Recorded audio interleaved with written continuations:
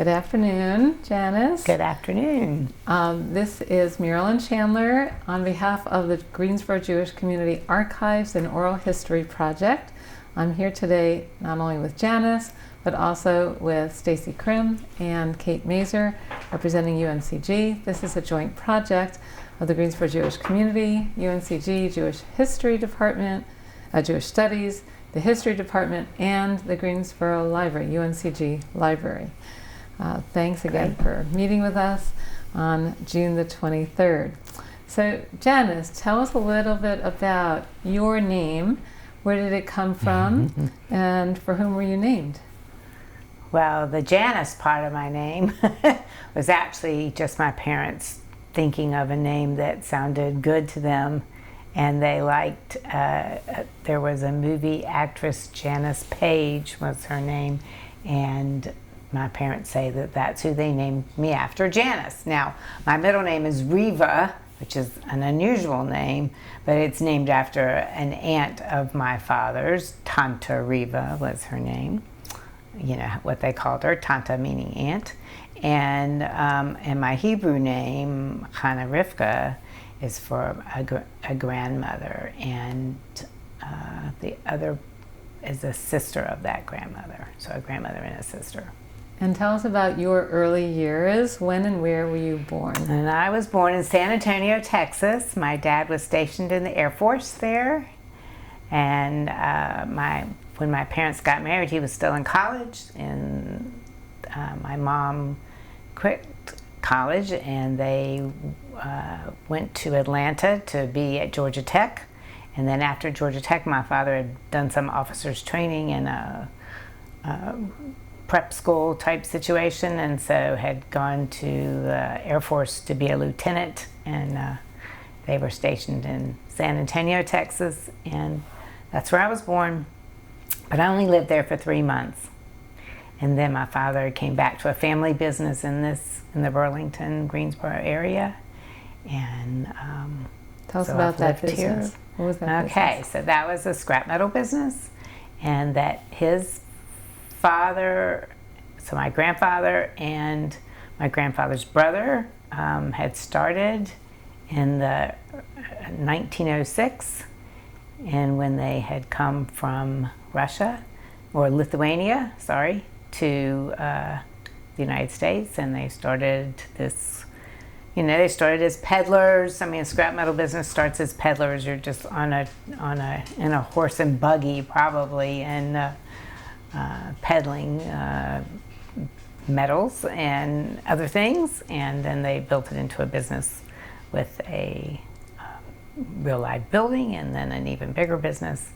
And at that point, I think it's when they were expecting my father to come back and work in the family business. What was it called? It was called Levin Brothers. So that's what my maiden name is, Levin, Levin. And tell us about your parents and your siblings.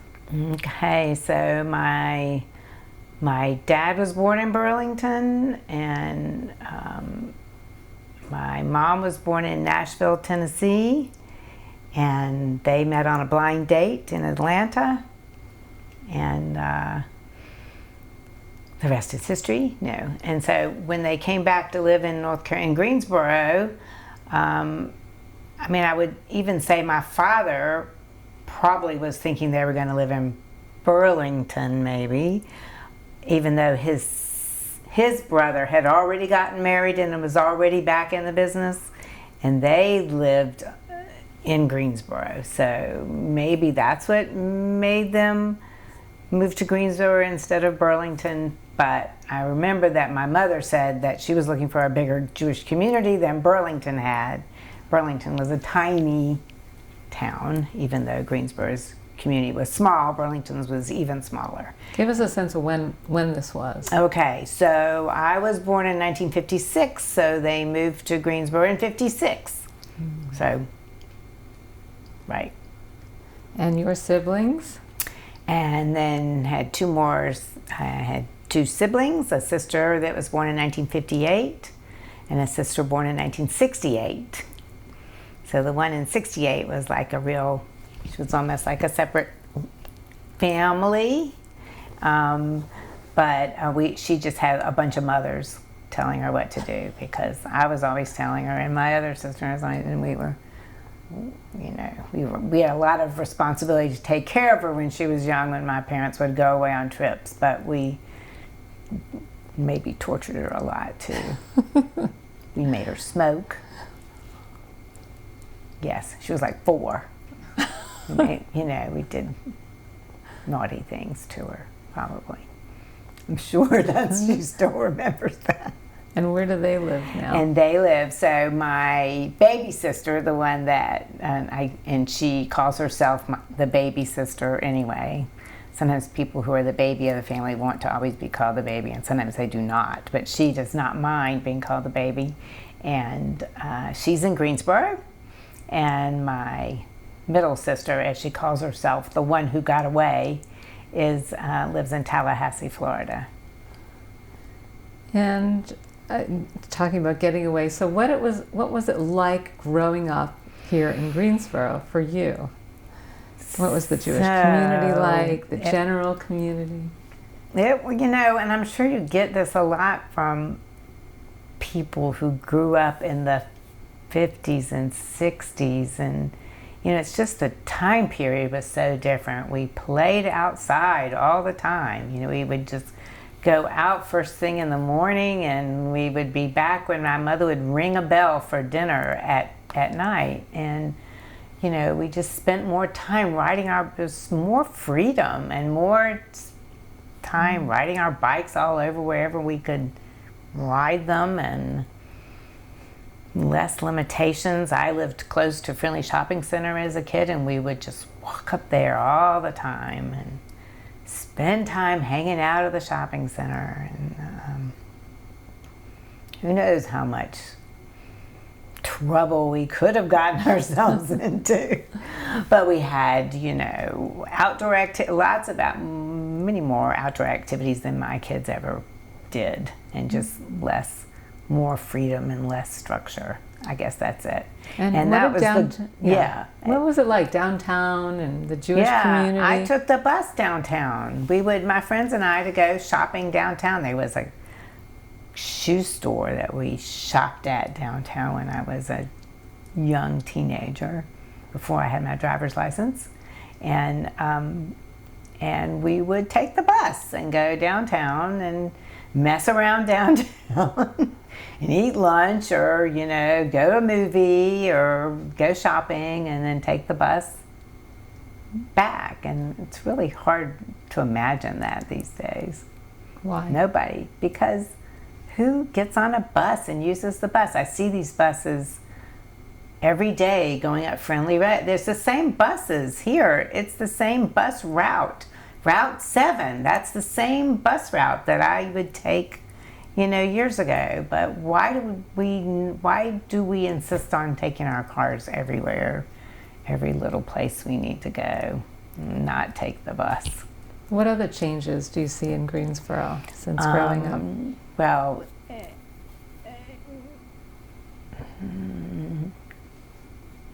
it's just the growth. But and I would say I don't think Greensboro's grown too much.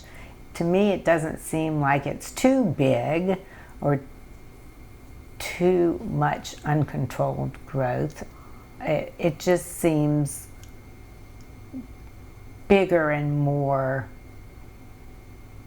busier than it was when I was younger. And it doesn't seem that busy, but it seems, it doesn't seem that busy compared to Charlotte or Raleigh, but it still seems busier than it did when I was young. And what about the Jewish community? Right. So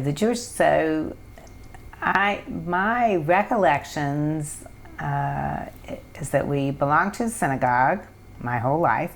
My grandfather was one of the founders of Beth David Synagogue. My father had been bar mitzvahed at Temple Emmanuel, but that was because that was before the synagogue was built or opened or started. And so we were always members of Beth David, and I remember so much pleasure of going, of going like to Friday night services or to services on holidays, and the building was on East Lake Drive. It was that was the original synagogue building on East Lake Drive, and it was a small building, and everybody knew everybody in the congregation, and we knew all the kids. There were tons of kids in all the classes, all the Sunday school classes. My sister, the one that's 2 years younger than me, there was even so many kids that they had two different Sunday school classes. It must have been a big boom year, baby boomer year, 1958. I don't know, but anyway. I remember Sunday school being pleasurable. I remember enjoying going to Sunday school, and I remember bringing the tzedakah on Sundays, we would be putting it in the Karen Ami box for tzedakah, and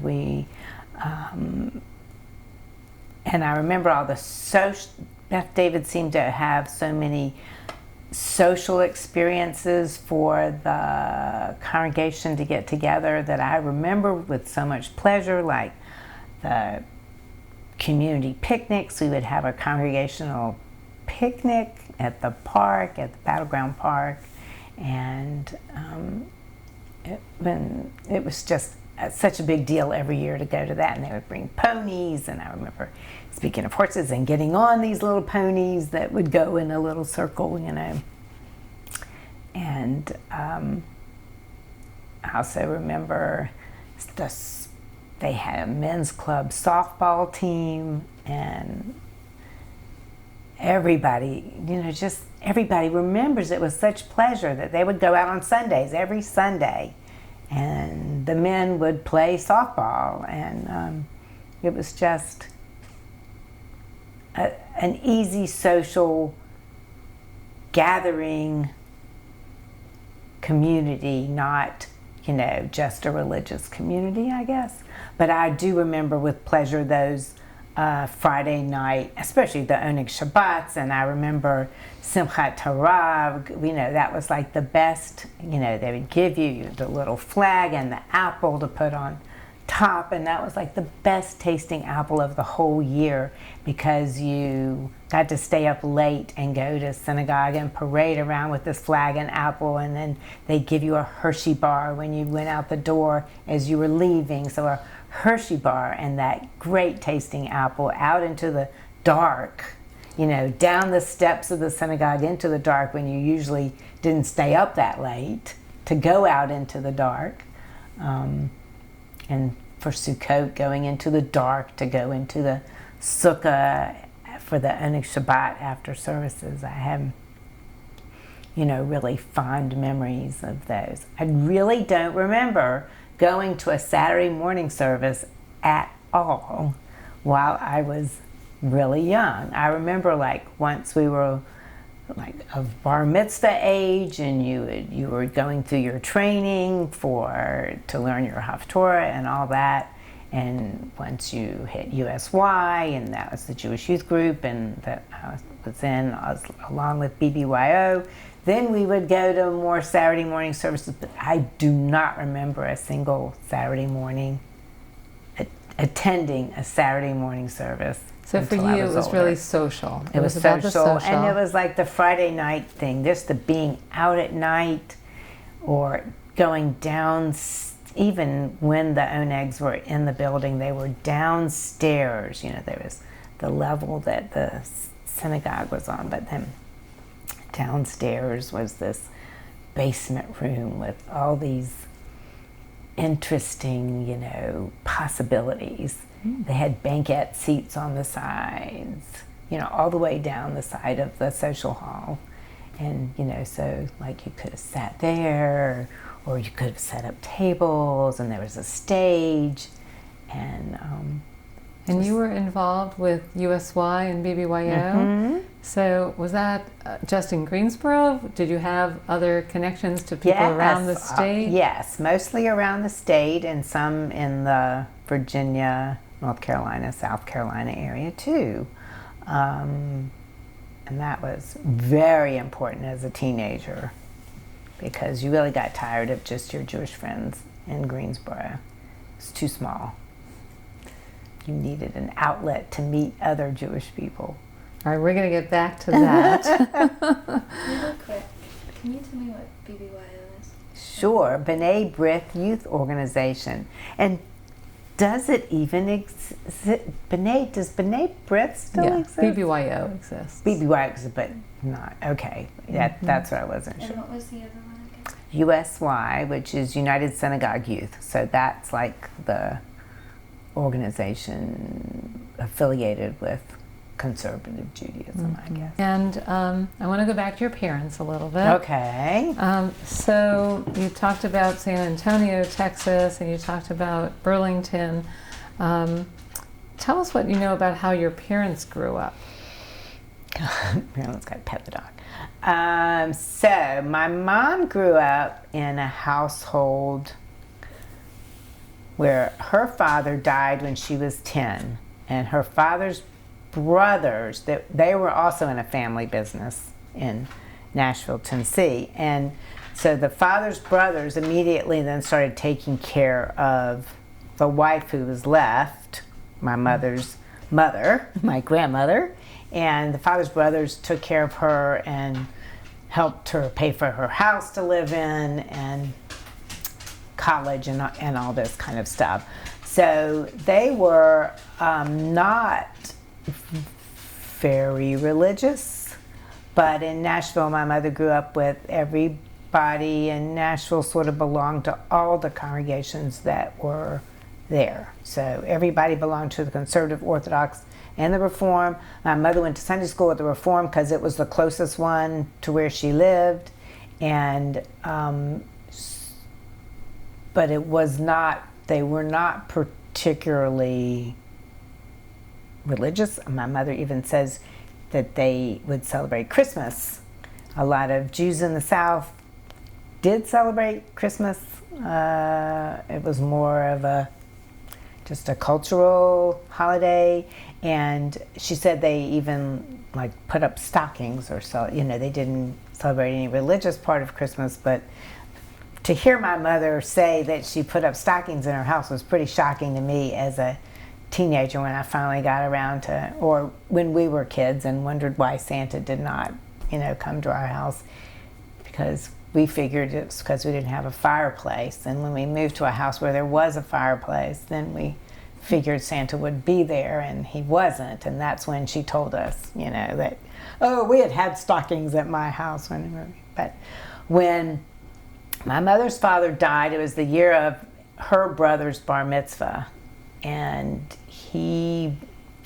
her brother became religious at the same time, with either the combination of the father dying, the bar mitzvah, and he became friendly with a religious rabbi in town. And my mother's mother then immediately, it was almost like she immediately grasped onto the idea that her son was becoming more religious, and she became more religious herself and more observant. It was easy for my mother's mother to do that. It was almost like she was waiting around for someone else to say they wanted to be more observant, for her to make a statement about it. So they began to keep kosher. So my mother did not grow up keeping kosher first thing, but they began to keep kosher, and then my uncle, my mother's brother, did become Lubavitch, and he married a woman who was from the Lubavitch, which they call Chabad now. So more observant. Yes. Jewishly. Yes. Mm-hmm. More observant and more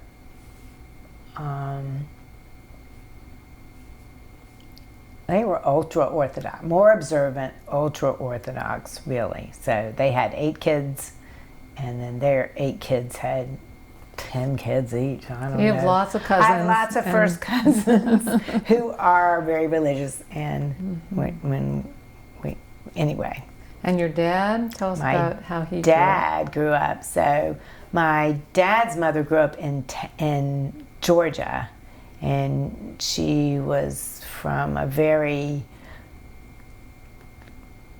not a very knowledgeable or observant Jewish family, and she got married very young. She was like 16 or 17 when she got married. My grandmother, when she married my grandfather, and he was 10 years older, and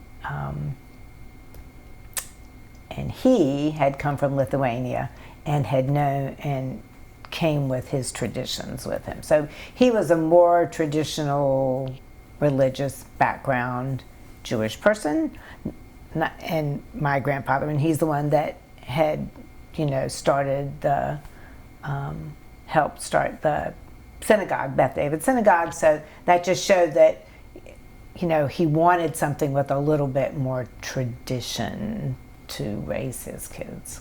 And his name was Saul Levin? Saul Levin, yes. And Stella was And his Stella wife. was my grandmother, the one from Georgia, yes. And there is a Saul Levin chapel right. at Beth David Synagogue. Right, at Beth David Synagogue is named a Saul Levin chapel, which his children named for him after he passed away.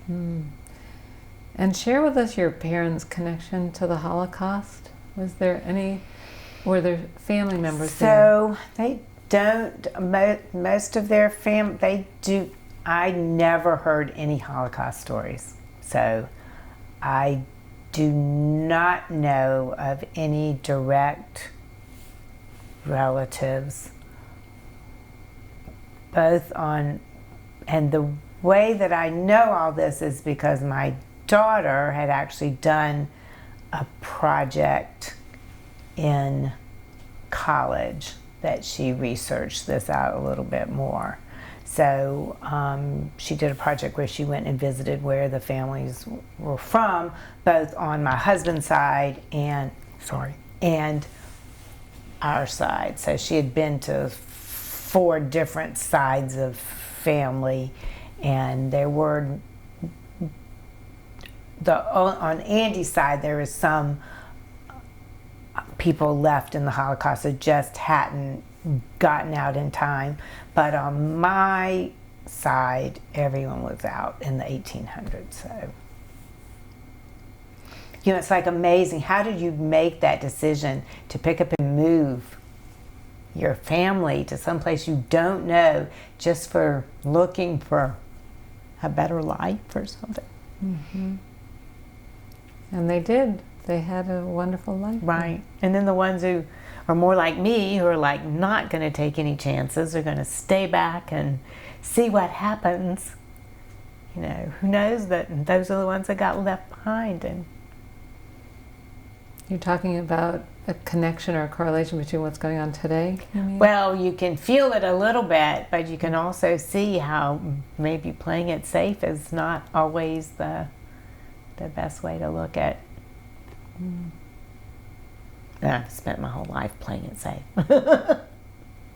What do you mean? Well, I think, when you are,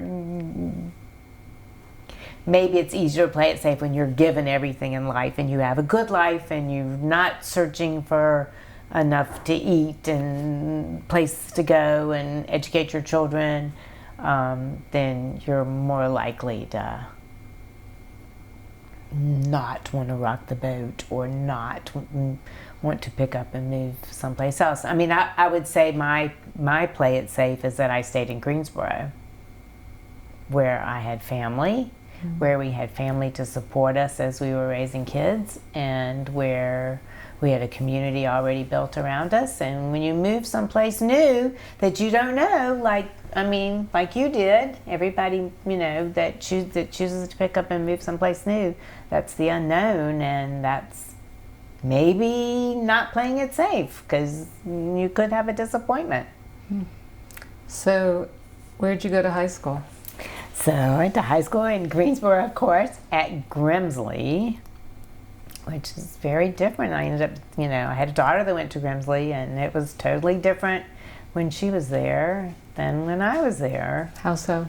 Okay, so when I was there, there's some silly things about high school in Greensboro, and early 70s or whatever, is that we even got to smoke cigarettes on campus. I mean, during break at 11, we had a break every day. I mean, at 10:30, 11 o'clock, and you got to go outside and smoke a cigarette and come back in. And we got to go to lunch every day, whoever was there. I think high school was only 10th, 11th, and 12th grade when I was in high school, so it wasn't 9th grade too. But, so, lunch, they had a cafeteria that couldn't fit everybody in for lunch, so everybody could go out to lunch if they wanted. And I guess they took attendance when you got back after lunch to make sure that you ended up coming back. But so if you knew someone with a car, you just got in their car and you ran out to Hardee's real quick and stuffed the food down your throat. I mean, we still only got like 30 minutes for lunch. I don't know how he did it. It was a real big rush. Or you could just sit outside and smoke cigarettes if that's what you wanted. You could just stay, you couldn't fit in the cafeteria. I don't think I ever ate lunch in the cafeteria one single day of high school. We either brought lunch and sat outside or went to lunch. And what were your favorite subjects in high school? So my favorite subjects in high school were like English, because I love to read, and civics. And history. And what did you want to be when you grew up? So, well, when I was a little girl, what I wanted to be was a ballet dancer, because I always loved to dance, even from when I was really little. So when I was little, I wanted to be a ballet dancer. When I got to high school and college, I did major in political science, and because came from that civics, the interest in the civics and government, I got into college and declared my major as political science. But as my mother had talked me into taking an art history class my first semester at Carolina, and I really loved art. And I started taking more and more art history classes and history classes themselves. And I took as many poli-sci classes as I had to take to finish my major, but by the time I graduated, I had other interests besides the poli-sci. I mean, I sort of thought I would go to law school, but then I got married and decided I wasn't. And what do you remember about your classes and your favorite subjects? And we'll get back to getting married later. Okay, so my classes,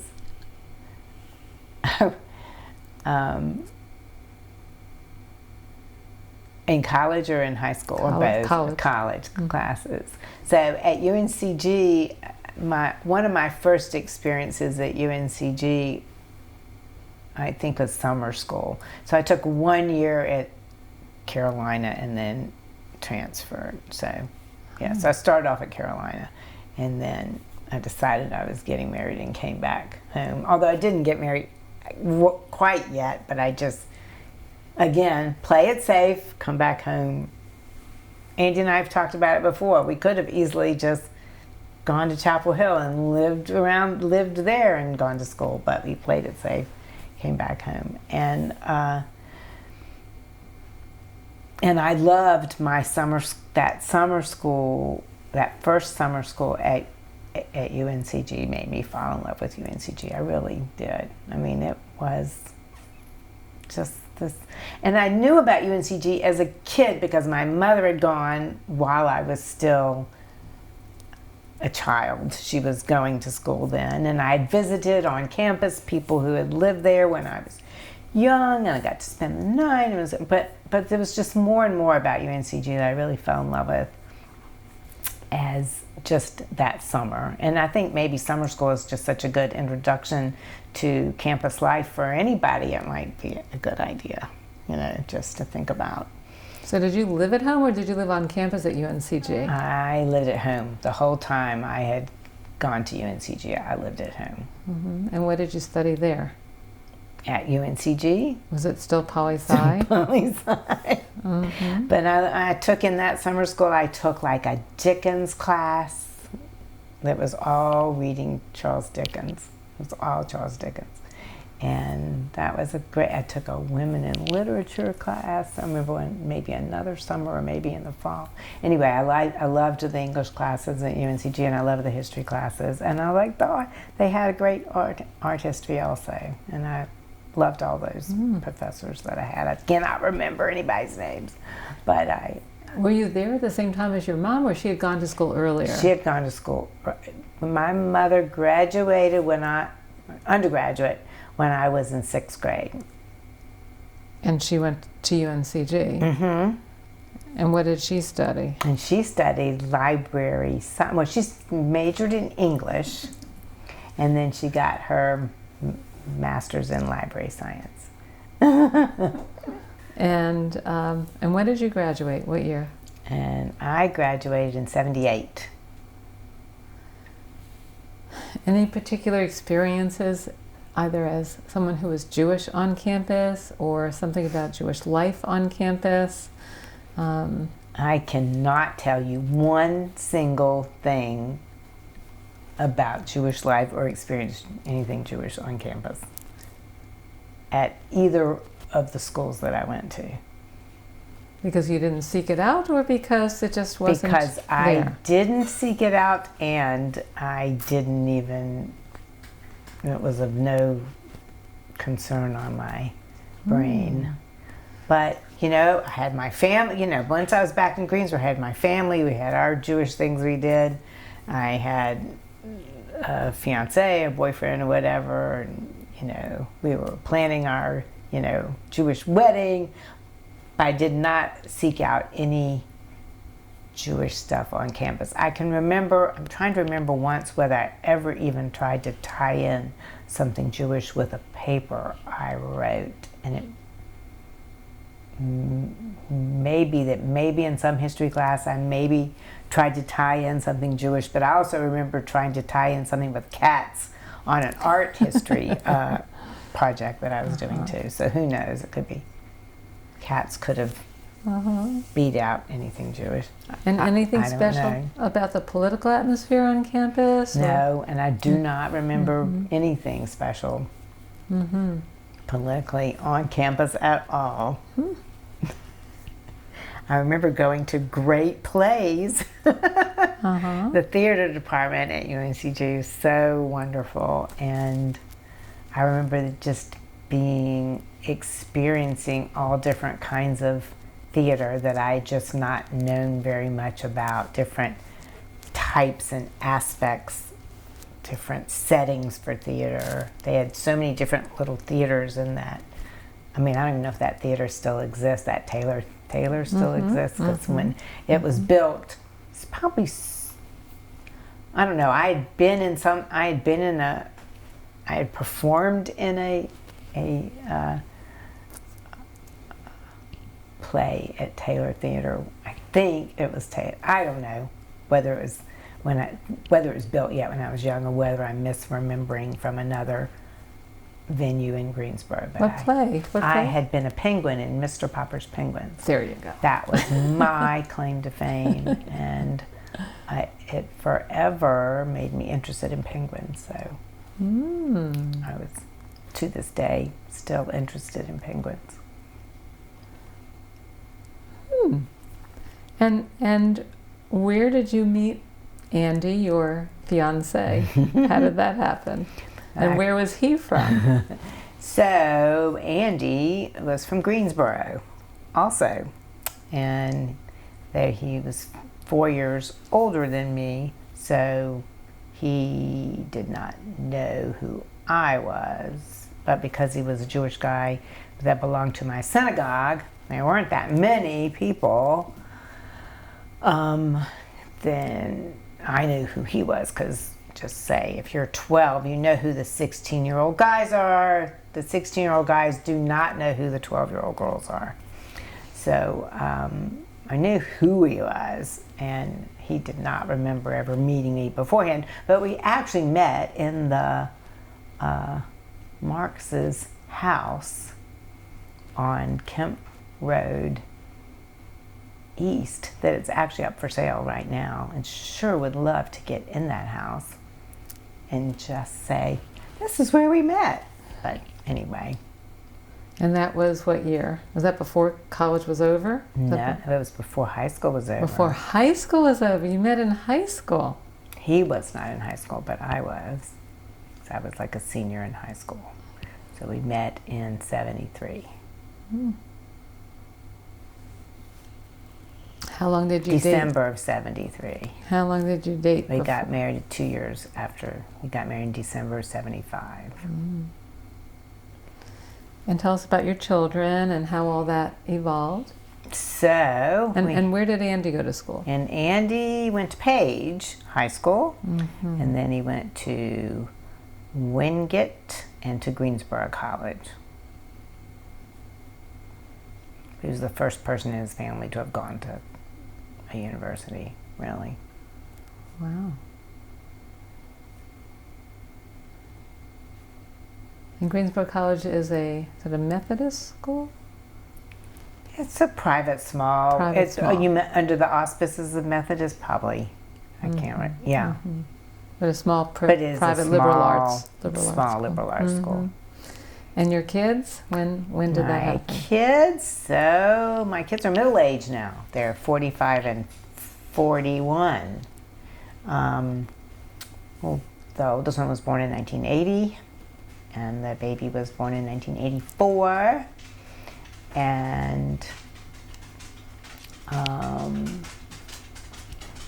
but when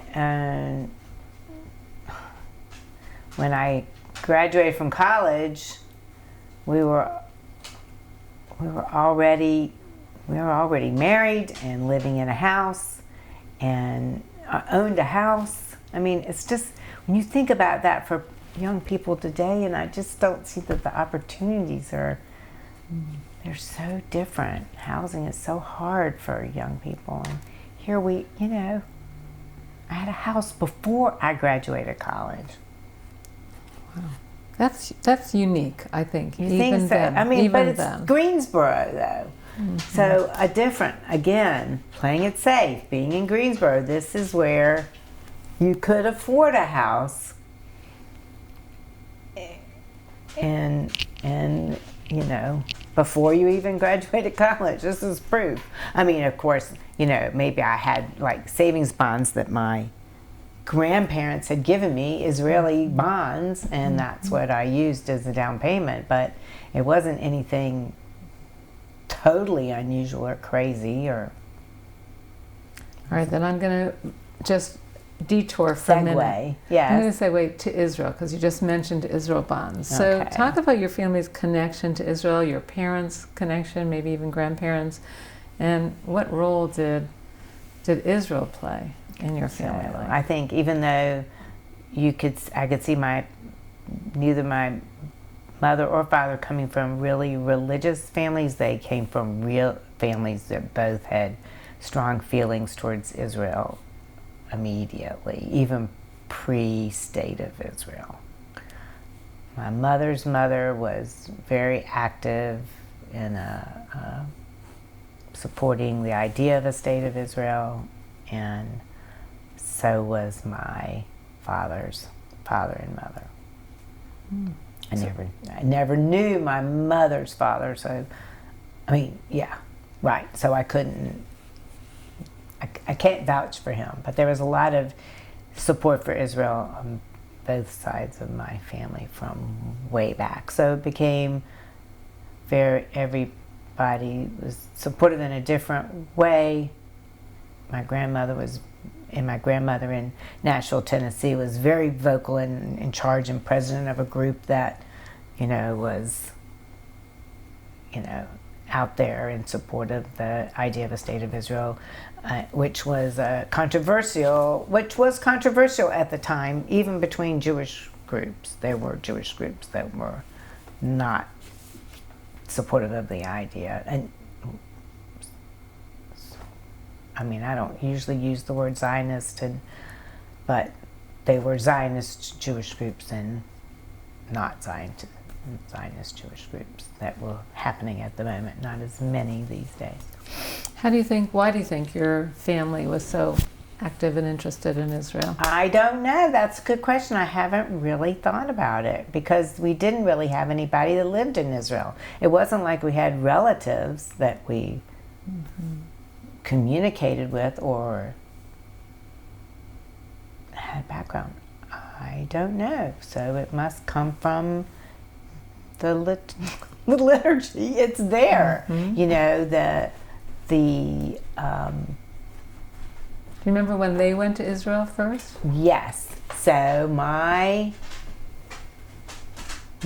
grandmother and both grandmothers. So my mother's mother and my father's mother went on a trip to Israel together. It was their first trip to Israel.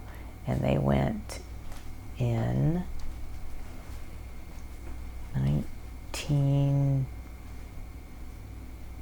early 50s. So they took a boat there, or did they fly? I don't know. That was a good question. I'll have to look for some pictures. I have pictures of them. I think they flew. When would the first plane have flown there? I don't know, because it couldn't have flown nonstop. They would have to stop places. But it did. So my father's mother and my mother's mother they were very different people. They were the two mother-in-laws, they were very different people. My mother's mother was tall and silver-haired and thin, and my father's mother was dark-haired and short, and she got off the plane, I think they were on a plane, in a fur coat that she had to go to Israel with her mink coat or whatever. So anyway, wow, they did go. So they were the first people that at least my grandparents had all been to Israel. My father's first trip to Israel was when he was a young person, but adult. I would say he was in his 30s, and my mother went. So that would have been like in the 1960s, you think? Soon before or after my sister Karen was born. So she was born in 68, so it was probably either 1970 or 66, something like that. And your mother, when did she go? I think her first trip it may have been with me. I'm trying to think. She took me to Israel when I was 13 or 14. I think I was 14. And we went with a group, a rabbi that used to be in Greensboro, that was taking a trip. Who was that? Which it was Rabbi Kling, who was in Louisville, Kentucky, and was taking a trip, and so we went with them. Oh. And did you return? So what year would that kind of be? Let's figure that out. That may tell, because my father went first. You were 14. So my sister was born when I was 12. So that was like 1970. So my father had to go first, because he's the one that came home and told my mother she needed to go. So you went in the early 70s, and then when did you go back? Did you go back with Andy, or did you go back by yourself the next time? The next time I went back was, I think it was when we did a young leadership trip from Greensboro, a group. There was just like 6 or 8 of us or something, and we hooked on to another mission. So probably 1990s? Yeah, that was, well, I can say Dana was, no, it was in the 80s. Because Dana was, I left, Dana was already born. She was like a year and a half or 2.5, but I also left some puppies with my mother too to take care of. I mean, like we had back in the days when people had puppies. God, that makes me sick thinking about it. Anyway, litters of puppies. We had 2 puppies we hadn't sold yet, and they were puppies which I left with my mother in her basement, and she took care of them while we went to Israel. And I think Shirley must have taken care of Dana, and my mother took care of the puppies. Shirley was your mother-in-law? Yes. And Mimi was your mom? Right. Speaking of Mimi and Janis, at some point, and I'm not quite sure what the evolution was between college, having children, and then owning a store with your mom, but how did that happen? It's pretty squished in there. Yeah, tell us about that. Was there life before B. Dolphin? So, after like professional life. Professional life, yes. What did I do for work? It was mostly retail. I got out of college. I was so happy to be out. And I was married, and I was out of school finally, and I did not ever want to go back to school again. And I just wanted to make some money. And I just worked retail. And then my mother had gone to a conference somewhere with my dad, and she had seen her first children's bookstore, and she said, "This is what we need to do," because she was a trained school librarian. And this was in the recession time of the late 80s, wherein there's not a lot of jobs, and she said, "Let's open a children's bookstore instead. I'll do that instead." And so that was in 1983. Well, in 1983, so it was early. It was during Carter, probably, so the recession. And we opened it before Stacey was born. So Dana was born. And Stacey was not born yet. How did you know how to do that? You had never owned a store, right? But I had worked retail. I didn't know much about children's books. My mother knew about children's books, but she didn't know anything about retail. And I started by taking I went and audited some classes at UNCG in the library department, or in the library science department. I don't know what they call it now. There is another name. but anyway, and I took some classes on children's books, and I loved the professors that I had, and I learned a lot about children's books in a very short period of time. My mother was a real specialist in young adult literature, and so I did the little children stuff because I had little children, and she did the young adult stuff. And there was actually a bookseller school. We joined the American Booksellers Association, and they put on a bookseller school, and it took us a couple of years before we decided, before we, said let's do it. And before you had to find a location for a store, that's really a lot harder than. It was probably the hardest thing, because you have to find a place people are going to go to. We did move maybe 3 times. Where were you first? First we were on Pembroke Road behind. Off of Battleground, Lawndale area? That little area that's behind that Banking Street or whatever, back in there. Was the first place. And then we moved to State Street, so we made 2 different locations on State Street. And it was the best place to buy children's books. And to buy a birthday present for somebody, or a baby gift. And I still give a lot of children's books as gifts, because I think they are really good. What's your favorite? My favorite children's book? I don't know. If you're talking about small children, or you're talking about just a novel for children. Yes. Okay, so my favorite novel is The Giver, which is Lois Lowry. And she was we just enjoyed reading children's books so much. All the children's literature, that even all those young adults, all the novels, whatever, we enjoyed them so much, reading them, and the writers were so wonderful. And anyway, That was a real gift to Greensboro, because Yeah. Greensboro did not have anything like that.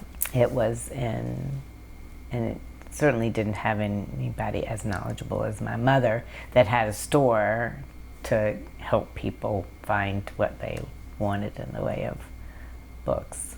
But And it was called Bee Dolphin. Bee Dolphin, but it was a gift to us too because we really enjoyed it. We enjoyed working together, and we sort of divided tasks.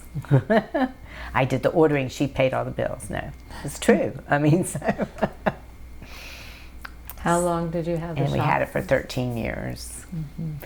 And yeah, it had a bar mitzvah, and then that was it. Yes. What happened? Well, Barnes and Nobles came to town, and when they first opened up, they were Borders, Barnes and Nobles. They were discounting all their books. We, could not, compete with the discounting, and then soon it just became less and less. And my mother didn't. She was of retirement age. And she said, okay, this is enough. This was great. We loved every moment of it that we did it. They made a movie about that. We were first, before the movie, yeah. So you and your mom, both of you, were incredibly involved in Jewish community life. So I want to switch gears, and I know this is a story about you, Janis Fields. Right. But I also want to ask questions about your mom's involvement, being that we know that she recently passed, and we didn't have the opportunity to interview her as we had intended. Right. So share a little bit about her involvement and then your involvement. Okay, so my mom was a great role model because she was super involved in many Jewish activities and projects and organizations in Greensboro. One of the first things I think of is B'nai Shalom Day School. It was a Jewish elementary school that she helped start from the very beginning. And talk about hard. How did we, how did we start a bookstore? That is nothing compared to when you think of trying to start a school and what that would entail, and all the hiring that it entails, and curriculum and supplies, and a place, and recruiting students, and getting, why would people pick up and send their kids to this crazy new school that they were just opening up instead of sending them to the known entity around the neighborhood school around the corner. So anyway, she worked hard to get that started, and she had a very strong desire for there to be a Jewish day school in town, and my parents sent my youngest sister, who was of age. My mother worked on this starting when my sister was a baby. So by the time my sister kindergarten came around, the school was open and ready to accept her as a student. Who else did she work on with regard to B'nai Shalom? Who were some of the people? Mm-hmm. Like Judy Hyman, like the Fox and the Greens, like I'm trying to think of who else I can think of right off the hand.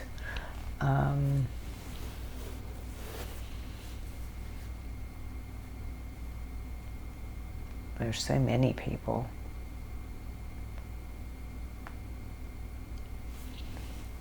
I can't think of anybody right. Was your dad supportive of her efforts?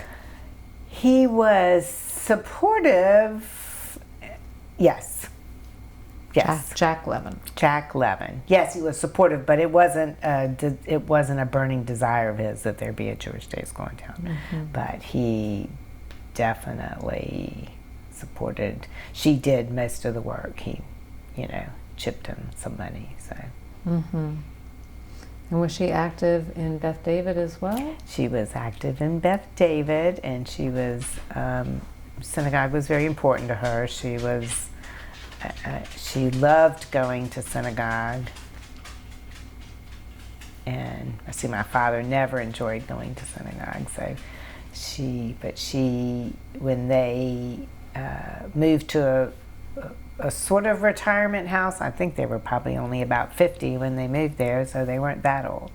But they moved so that the synagogue was in their backyard, so that my father thought that was a good compromise. You know, if they could move somewhere where she could get there easily and walk, then he wouldn't have to go, and you know, she could go do what she wanted at the synagogue. Mm-hmm. But she was very intent on the synagogue being a warm and welcoming place for families and for newcomers coming into town. I also remember her being involved in the women's cabinet of the Jewish Federation, Greensboro Jewish Federation, and the start of, she remembers going to a Lions conference. You know, she remembers the start when she remembers the start of the Greensboro Jewish Federation. She remembers, you know, when it began and when the women who were involved decided to become more involved and raise money themselves and start raising money as women, not just as part of a family group. And do you think she inspired you in your involvement? I think so. I think she inspired me, but I think mostly like as a role model. You know, that she just, you know, I got so many good role models in my family on both my dad's side and my mom's side, and she was my female role model. You know, she was the one that, I mean, she was always proud to do it as a woman. You know, it was just, she wanted to do it as a woman, whatever she was doing. It wasn't like she wanted to make a statement that she was doing this as a woman. I mean, I remember going to vote for the first time. She took me, I was 6 years old, I can remember. And I mean, my father never took me to vote, but you know, she took me to General Green School in the little voting booth, you know, with the curtain that you close behind you. And I was very interested in politics. You had studied political science. Yeah, and but history. This was even before. Like I was 6. You know, she had taken me as a. I mean, I remember in 6th grade wearing political buttons to school, and then brought Bobby Kennedy button. I remember asking people in my 3rd grade class who they were voting for governor. Wow. Dan somebody. Dan Moore. And so you're going back to your involvement in the Jewish community. Yes. With David and B'nai Shalom and the Federation. Talk to us about that. Okay, and also my mother was involved in Hadassah, another one, and National Council of Jewish Women. And my mother was super involved in Hadassah, and I sort of was looking for something a little bit different to get involved in. So I saw her as my role model, but also like, well, what sort of hits my desires, my interests, my lines of interest, in a little bit different. And I became very involved in National Council of Jewish Women. And I was the president here in Greensboro. And And what did that organization do? So they did more advocacy, political advocacy, and on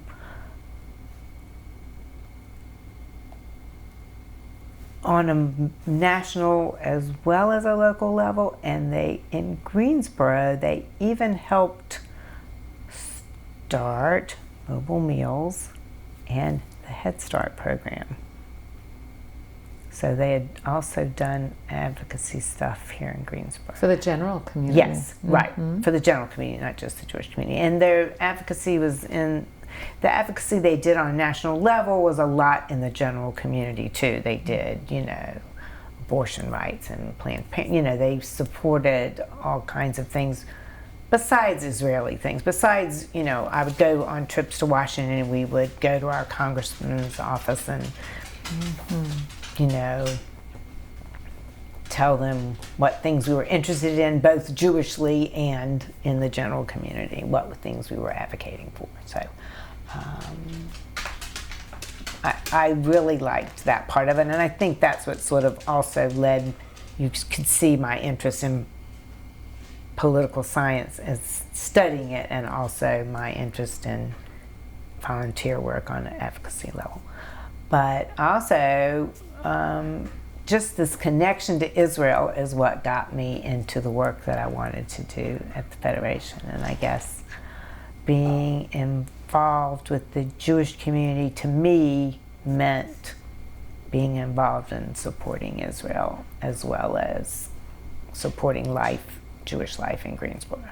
So I sort of saw the Greensboro Jewish Federation as, to me, it felt like an umbrella organization that I felt I could explain to people that we'd be giving our money as a group, and then we also as a community decide sort of how to dole it out. So almost like almost like I sort of see United Way. Not exactly the same,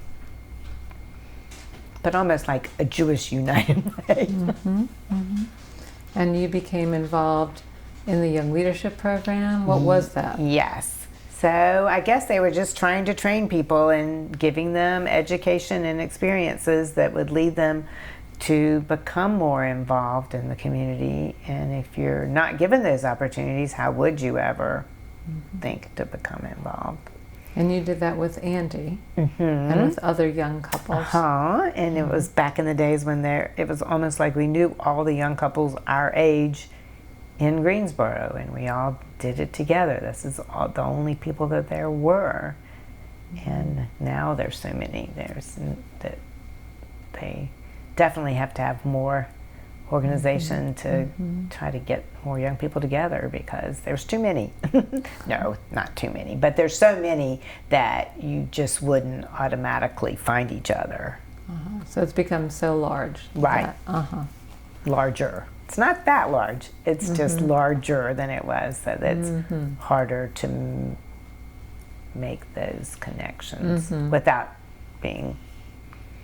I think those young leadership connections were really good for whoever went through the program. When you look at people even a little older than us who went through them, those were their super connections that connected them to the Jewish community and made them very active members. Really created a cadre of younger leaders who rose up in leadership positions like you.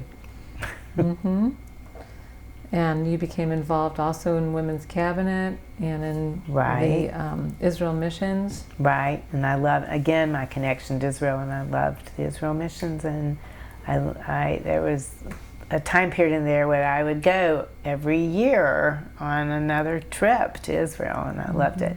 Once we started our pet sitting business later, we just we weren't able to get away, Andy, we had both worked, when I had the bookstore and Andy worked for the family scrap metal business, we both had understanding bosses who would let us leave town and go to Israel when we wanted. And because our two bosses, my mother and my father, would also supported Israel very strongly, and they knew that this was a good thing. But once we had our own businesses, Andy and I had our own business, then we realized that it just wasn't so easy to take off and get out of town in the middle of work. And more recently, you've also become involved in the Jewish Foundation of Greensboro. Explain what that is and how that's different from the Federation. I hope I can explain it. You know, they were asking me for the long-range plan to like evaluate how the foundation was working, and it was like, I haven't worked with the foundation long enough to be able to evaluate this. But anyway, I understand it. The way I understand it is a organization that, again, people donate, people who have money to donate or want to donate their money, it will then, you can then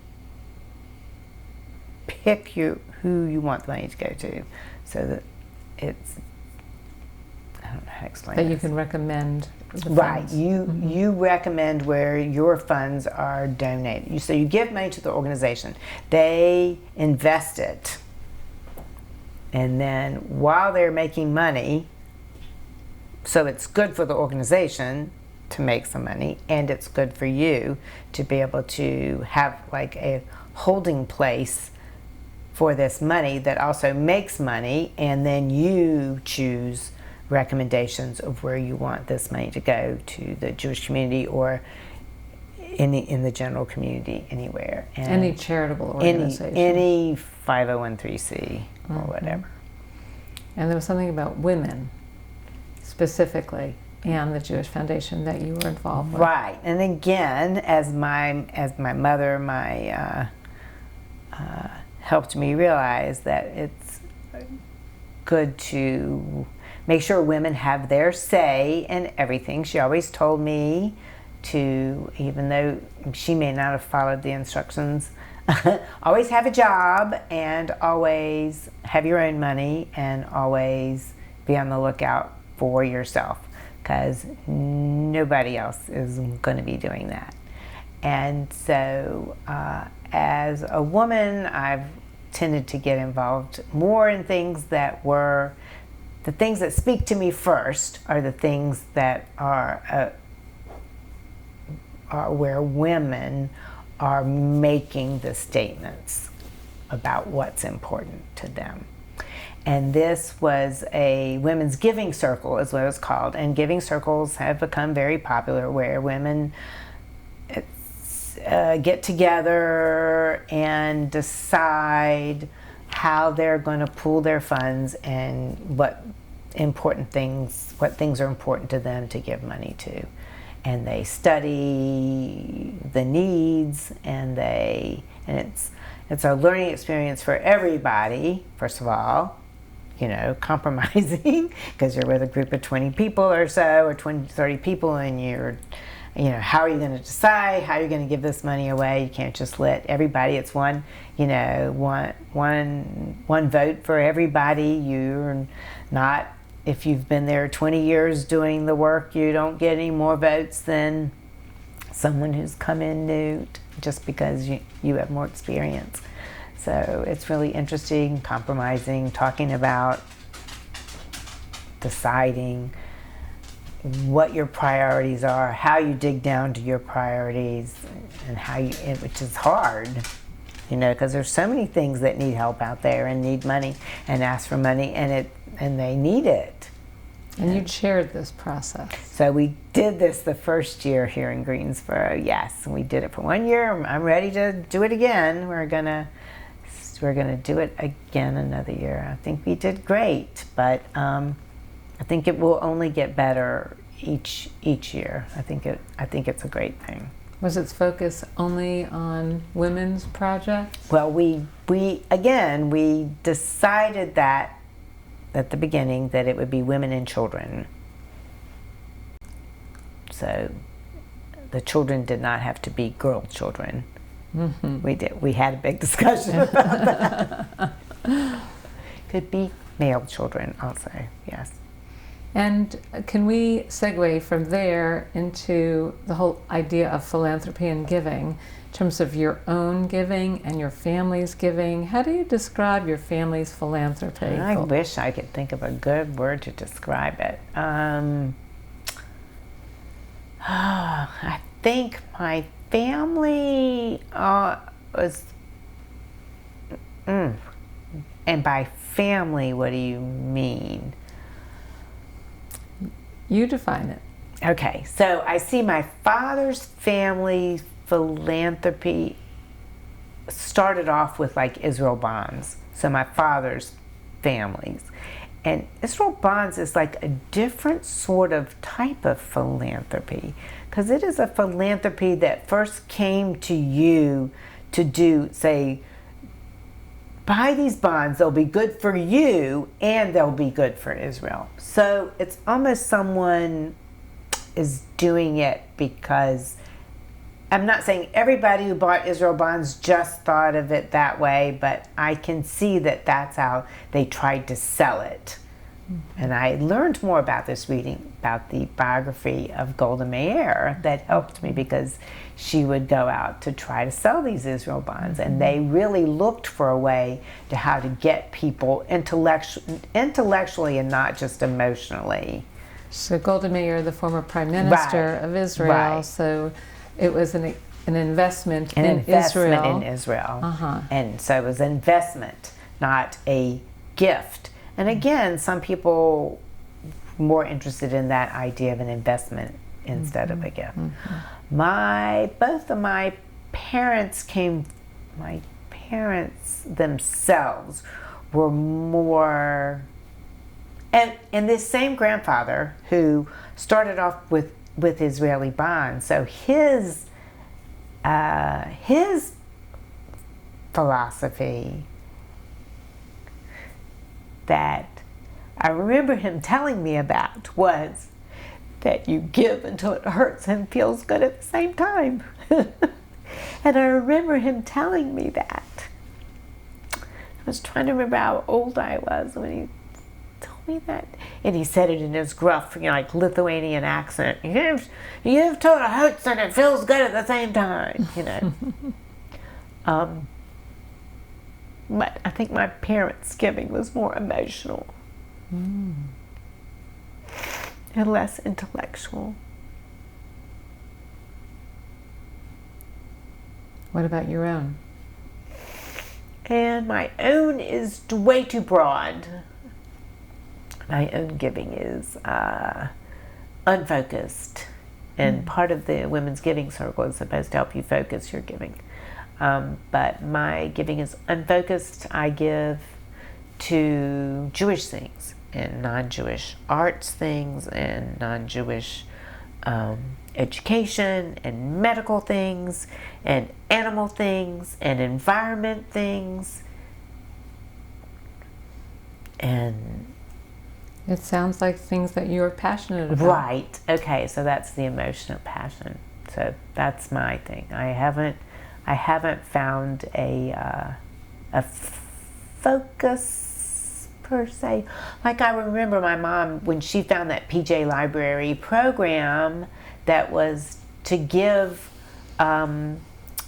books to Jewish children. It gave, all you had to do is sign up, and it gave them once a month or 4 times a year or whenever it was, Jewish children's books that came, and she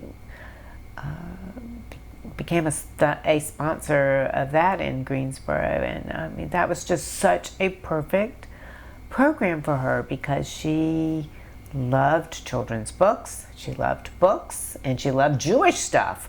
So, it was just totally perfect. So I haven't found that perfect thing for me yet. That would be my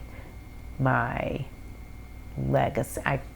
My legacy project. I really think that PJ Library is her legacy project. And you continue it, and she created an endowment to help continue it, which was remarkable. And she was, what do you think, how old was she when she created that endowment and paid for that, started paying for the program? Was she in her 80s?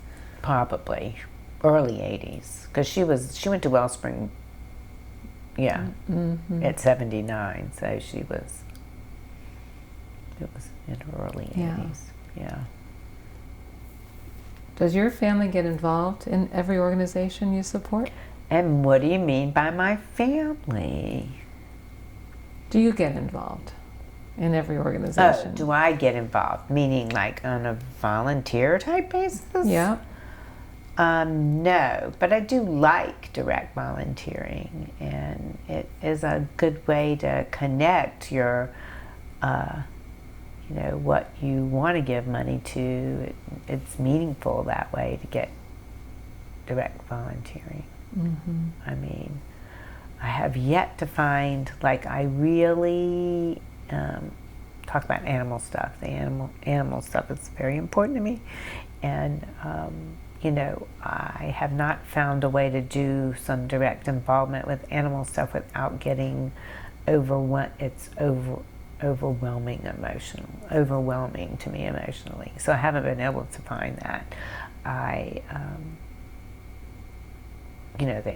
The shelter needs so many people to walk dogs or to take them for a weekend, weekend, dog's day out, all this stuff. I would love to be able to do it, but I know it would not be for me. It would be too hard to take them back. I would end up taking a zillion animals. I know that it's not right for me, but I want to do something I have not found. I've been searching for years for the right thing to do. Direct involvement with animals. I served on boards of the Humane Society here, and I was searching for the right organization to get involved in. I have not found the right one that is the right fit for me. Mm-hmm. With regard to animals. Right. Uh-huh. Right. I know you were involved in animal stuff. You were involved in the foundation. You were involved in the partnership with Israel. You've been doing love that. Yeah. Mm-hmm. It's great. How do you think your identity has been shaped by work, your career, your nonprofit work?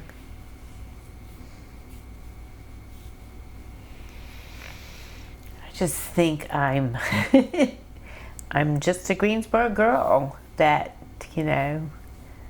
was lucky, grew up lucky, and just wanting to do what I felt was the right thing. I guess I'm always wanting to do good, do the right thing. And you spoke earlier about your role models. Right, role models on all sides. Just I would say most of my role models were my parents and my grandparents. I had one best friend that was definitely has instilled a role model in my life. We became friends in middle school, junior high, and then she moved out of town when she was in 11th. We were in 11th grade, and she's still in my life, and she comes to town all the time, and I go visit her, and we go to Cancun every year. She comes on the family trip to Cancun, so she is definitely part family. She took care of my sister when she was young. She took care of my parents when they were old. She was always here for every member of my family, and she was a role model because she could come in and just do it. Like, she would just come in and take care of the baby, and she could just come in and cook the dinner, and she could just come in and those are things that are not me. I'm not the just do it person. I don't see myself as I'm just like too busy thinking about it. But she was just that, okay, do it. Now she's ended up, I went to Israel a bunch of times before she did, but she had a daughter that moved to Israel, and now she has 7 grandchildren in Israel, my friend. So she's been a great role model all through my life, for sure. So it's great to have a special friend like that. And then my mom had a special friend like that, and that person has also been a great role model. And that's her friend Judy. Judy Hyman. Judy was her so BFF. sweet. So sweet to my mom all the way through her whole life. Judy was a great friend to my mother and a great role model in general to anybody getting involved in anything, super involved in everything, from politics to Jewish day school to every single thing. So, can you share a time in your life when being Jewish was particularly meaningful or particularly challenging? oh, that's an interesting one. The one I can think of right off the bat still has to do with Israel. So I don't know whether I'm on an Israel fixation here. So being in Israel during the assassination of Yitzhak Rabin, I think was a really, I was there with Marilyn. I think it was a very important time to be in Israel and understand the complexities of everything about being Jewish, the complexities of being Jewish and the complexities of Israel. And it still made me want to learn more, and I still wanted to learn more. I knew at that point. I have to say, you know, when we went to the beginning of that trip, you could tell that things were a little, because there were these protests against Rabin. But before that, I really felt like the peace process was on its way. And it was like a train that was disrailed at that point. And, you know, it was, again, that just so sad to think about what could have been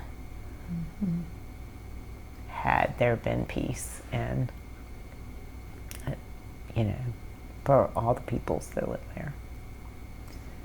That and other Israel events seem to have been real markers in your life. Yeah. And I just wonder, are there any other world or national events that have significantly influenced your life, and how?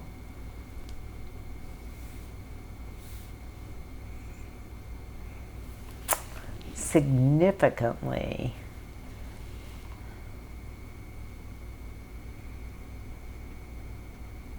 I don't know. There's so many, because things keep happening. You keep thinking to yourself, it can't be any worse, and then something else happens. I mean, how could we imagine all the things that? And I mean, when you think that there's so many people around that were born after 9/11. Who can't even, you know, that weren't alive during 9/11, and that to me was such an incredible break, sort of, in how I guess it was just the end of the 90s, and we were just, you know, the end of the 90s were that whole, you know, we thought everything was great and just going to continue on, and I guess since 2001, things have just been really different. Maybe that's just it. I think maybe 9/11 was the most significant The turning point, thing, a defining moment. I think, to me. I mean, I know it was to my dad. My father sort of went berserko after that and refused to travel and go anywhere. So I think I'm just a mixture of both my parents, and I see them both as role models, but in very different personalities. I mean, they're very different personalities, but not that different in their essences. Do you think that you and Andy have been role models for your kids, Jewishly, about Israel, about other things? God, that is a much harder question, isn't it? Because when you start looking at your own kids, I think so. I think my kids would consider us role models in Jewish parenting and giving. We certainly have always talked about what's important to us in this house. We've never skirted issues and discussions, hard discussions about things going on in the world and in politics and in the Jewish community, and I think they know where we stand, and I think we are good role models in that case. I think our kids will see us as people who let them make their own decisions, and I think there will be a lot of us from our generation that are like that because of how we grew up in our time period, is that we just, we look at our kids and we basically want them to be happy with their lives and in whatever direction that takes them. And I know that's how Andy and I feel. Janis, we don't have any more formal questions, but is there anything else that you would like to add to the interview, that you would like to share as just some closing comments? I don't think so. It's been, I'm glad that I could get through this without crying too much. My sister said to me, I bet you'll be crying, but anyway, my husband and I have been through a lot of hard times in the last few months. My mom passed away in February, and his mom just passed away in May, and so we lost both our mothers in this short period of time, and we're just excruciatingly sad in this house. But and we have a lot to think about, and just, I guess, it's been a good experience to think about these things, especially after losing moms. So it was kind of therapeutic. Well, we appreciate it, and we love the fact that their legacy lives on through you and through Andy and through your children, and that you've been able to give us the time to spend with you, to sort of hear those stories. And I would say for myself, you almost lift them up and you bring them back to life when you speak about them. It's true. I feel that is a good way to think about it. I'm going to look at my colleagues just for a minute to see if they would like to ask any other questions or have any other comments. We approve of your mother's career path in library. You're speaking to two. Yes. Oh, library. wow. Not one, but two. Well, I guess that's part of all this documenting stuff. Absolutely. Absolutely. Well, we thank you.